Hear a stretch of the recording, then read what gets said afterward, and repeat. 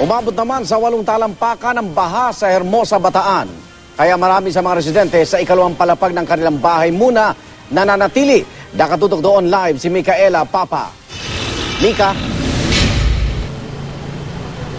Igan, sa mga sandaling ito ay panakanakang pag-ulan, pag-ambon na lang ang ating naranasan dito sa bayan ng Hermosa sa Bataan. Gayunpaman, sa ilang bahagi ng Barangay Almacen ay aabot tuhod hanggang lampas tao pa rin nga ang baha pagkatapos ng tuloy-tuloy na pag-ulan kagabi.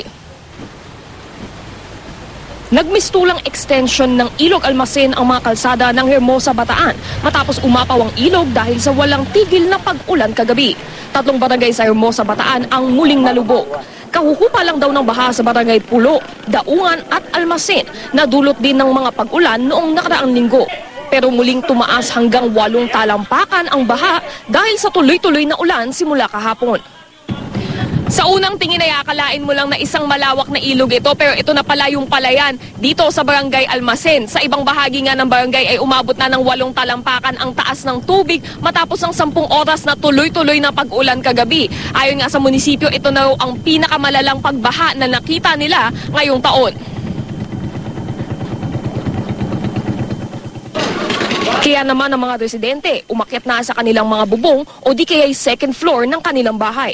Mapanganib man, may mga lumusong pa rin sa gadibdib na baha, lalo na nang makita ang pagdating ng relief goods ng munisipyo. Tanging pamamasada na lang ng mga bangka ang pwedeng maging hanap buhay ngayon. Pahirapan din pagkuha ng maiinom na tubig at pagkain na sa bayan pa binibili.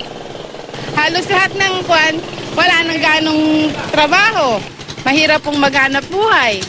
Gusto mo pong makipaglabado kung ano man, hindi ka po makapunta dahil nga gawa po ng malaking tubig. Sipon, saka ubod, mga bata. Kasi gawa ng malamig. Yung anak ko inuubo eh. Ilang taon po yung anak niyo? 14 din po, kakuan na. Wala kayong balak na lumuwas nga para lang habang umuulan? Wala po kami ibang pupuntahan. Ayon sa lokal na pamahalaan, catch basin ang Hermosa ng mga river system na galing Olongapo at Pampanga.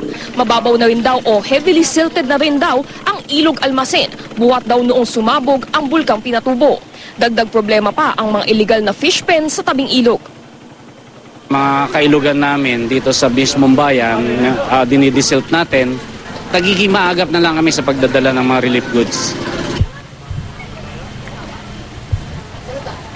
Igan, aminado nga ang munisipyo na kulang yung 800 packs ng relief goods na kanilang ipinamahagi kanina sa Barangay Almacen dahil nga kasalukuyang 1,500 families pa rin yung nakalubog dito sa baha sa naturang barangay. Kung kaya naman ikinagagalak nila ang tulong na manggagaling palang daw sa provincial government at pati na ang isinagawang relief operations kanina ng GMA Kapuso Foundation sa Barangay Almacen, Barangay Pulo at Daungan.